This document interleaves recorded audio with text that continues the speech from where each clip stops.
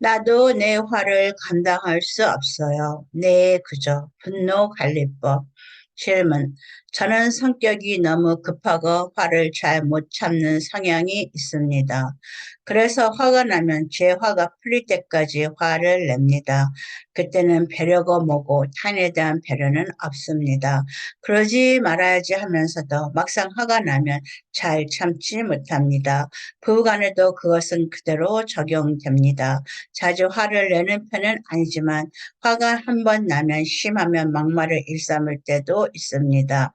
그러면 남편은 자리를 피하는데 그러면 저는 더 화가 납니다. 화를 오래 참으면 몸이 아프고 몸에 이상 증상이 나타나기도 합니다.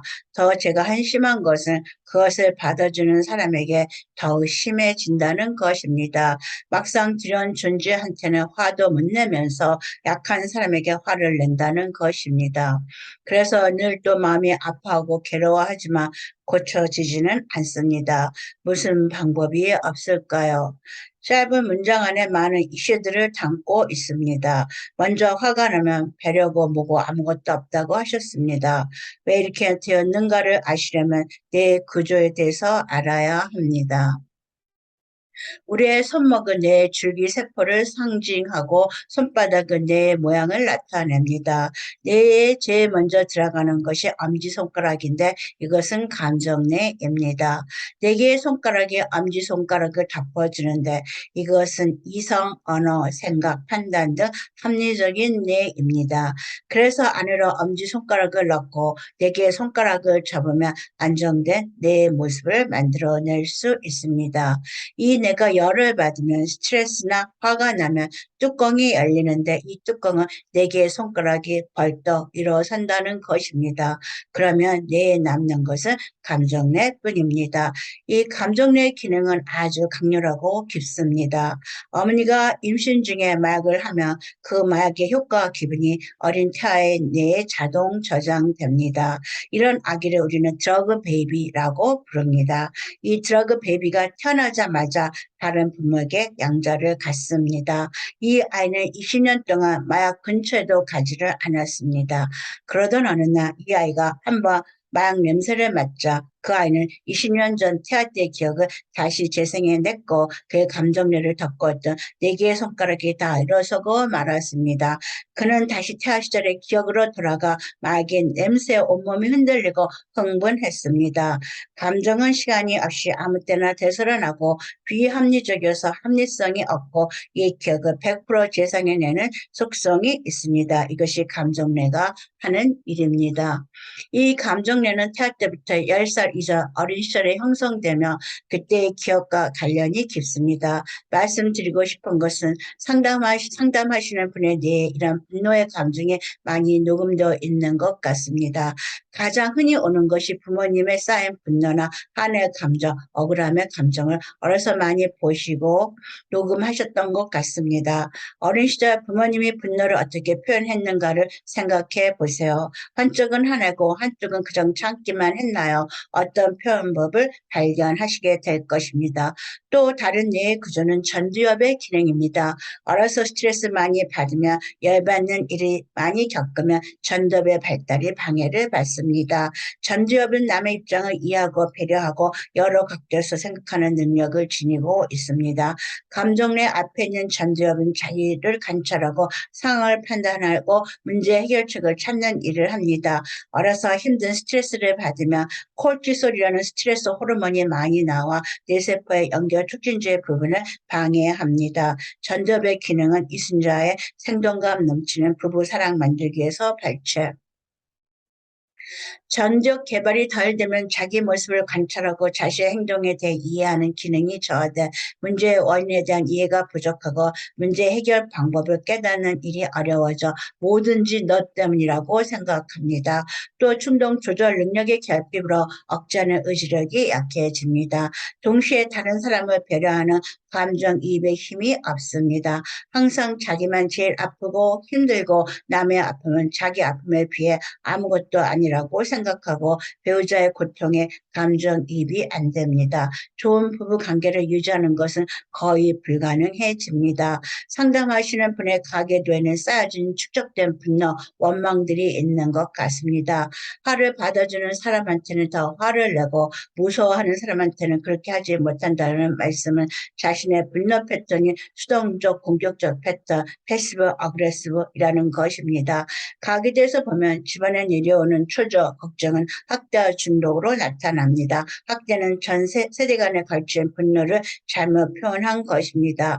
엮이는 가정에서 일어난 분노와 학대를 대하는 첫 번째 방법은 공격적인 행동의 형태입니다. 공격적인 형태는 미움과 증오 또 거칠은 실조의 행동입니다. 두 번째 분노의 패턴은 분노를 표현하지 않는 것입니다. 이것은 역기능적 요소를 부정하고 희생양으로 사는 것입니다. 세 번째 분노의 패턴은 수동적 공격적인 것인데 이 사람은 분노하지 않습니다. 다만 복수합니다. 다른 사람에게 자신이 당한 만큼 학대합니다. 마지막 분노의 형태는 단호한 행동 패턴입니다. 이 사람은 분노의 감정과 분노의 행동을 구분하고 건설적인 방향으로 자신의 분노를 표현하고 적당한 시간과 장소를 선택해 자신의 감정을 언어로 표현합니다.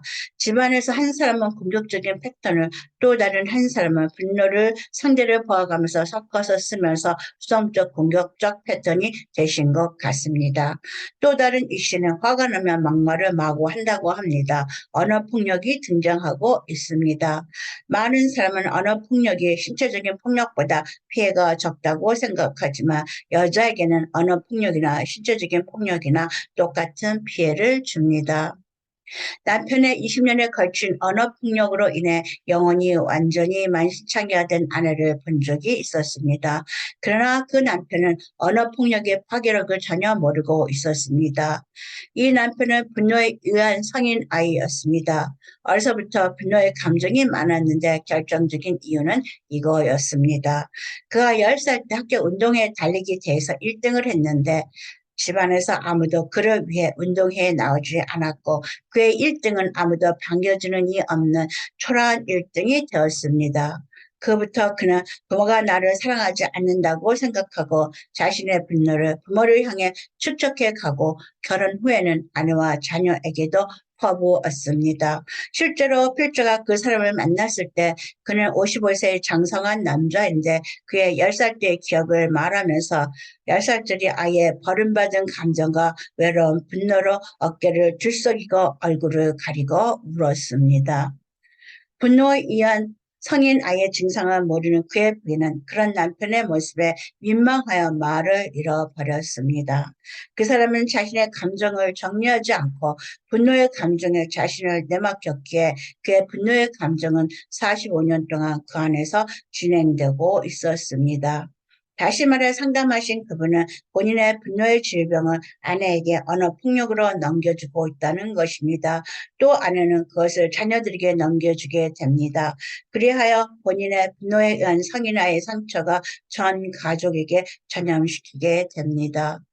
마지막으로 화가 나고 몸이 아프다고 하셨습니다. 이것은 사이코제닉의 한 형태입니다. 한국인이 가지고 있는 대표적인 사이코제닉은 화병, 우라병, 한입니다. 어떤 사람만 보면, 어떤 일만 보면 화가 나서 머리가 지근짚은 아픈 상태를 말합니다. 자라보고 놀란 가슴은 소뚜껑을 봐도 놀란다고 감정을 건강한 방법으로 통제하지 않아 몸에서 일어나는 현상입니다. 간단한 치료법은 마음을 부드럽게 순화시키는 작업을 계속하는 것입니다. 조용한 부드러운 건전한 가사를 지닌 음악을 듣거나 뉴 에이지 음악은 안 됩니다. 정리가 안 된 상태에서 이상한 것을 덧붙일 수 있기 때문에 높은 경치나 여행으로 나의 힘든 감정에 얽매이지 않고 인생의 시야를 넓히든가 힘든 사람들을 위해 사회봉사를 하든가 운동을 하는 것입니다. 쉬운 방법은 화가 나면 무조건 운동하러 나가십시오. 전 세계에서 만들어 온 잘못된 분노 대처법에서 벗어나 자신만의 긍정적인 분노 대처법을 만들어 보십시오. 심장의 혈관이 막히면 그 막힌 혈관을 뚫기보다는 새로운 혈관을 하나 더 넣어줍니다. 이것이 바이패스로 심장 수술에서 가장 많이 하는 것입니다. 분노 대처법으로 바이패스를 만들어 보십시오. 몸이 아픈 증상을 지니고 있다면 당연히 전문 테라피를 찾아가야 합니다. 물론 테라피로 다 치료하지 못하지만 전혀 안 하는 것보다 낫습니다. 나도 다른 남자랑 살고 싶다 해서.